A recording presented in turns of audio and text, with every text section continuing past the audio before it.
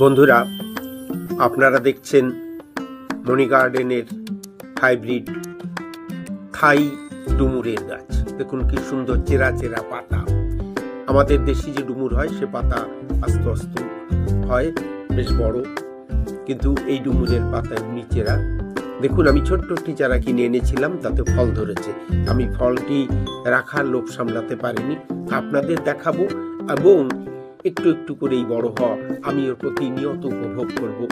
আপনারা লাগাতেই পারেন একটা এই হাইব্রিড আঞ্জির, এটাকে আঞ্জির বলা হয় সংস্কৃতে। আঞ্জির আপনারা খেয়েছেন, আর ডুমুর তো আপনারা খেয়েছেন, দেশি ডুমুর যার তরকারি খেয়েছেন, যোগ্য ডুমুর যার কাঠ যোগ্যে লাগে। অবশ্য ওটা মিষ্টিও, ওটাও খাওয়া যায়, বেশ খেতে লাগে। ডুমুর এমনি আয়রন সমৃদ্ধ তরকারি সবজি, আর তাছাড়া ডুমুরে আছে ক্যালসিয়াম, ম্যাগনেসিয়াম, প্রচুর পরিমাণে ফসফেট। ডুমুরের এত গুণ যে শেষ করা যাবে না, যার জন্য আয়ুর্বেদ শাস্ত্রে ডুমুরকে সর্বরোগ হর বলা হয়েছে। যাই হোক, আপনারা পারলে ডুমুর গাছ লাগাতে পারেন, আর না হলে বাজার থেকে ডুমুর কিনে এনেই খান না। তবে সঙ্গে থাকবেন মনি গার্ডেনের। মনি গার্ডেনকে সাবস্ক্রাইব করে, লাইক ও শেয়ার করে একটু এগিয়ে যেতে সহযোগিতা করবেন।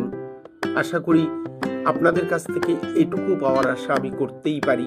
যদি ভালো লাগে আমার প্রতিবেদনগুলো, তাহলে আপনারা আমার সঙ্গে থাকবেন বন্ধু। আপনাদেরকে সবাইকে আমার সশ্রদ্ধ নমস্কার জানিয়ে আজকের এই ডুমুর কাহিনী শেষ করছি। দেখুন, ছোট্ট একটু টবে, বেশি না, মাত্র 10 ইঞ্চি টবে আমি গাছটি লাগিয়েছি। এরপর গাছটি বড় হবে। ভালো থাকবেন বন্ধু।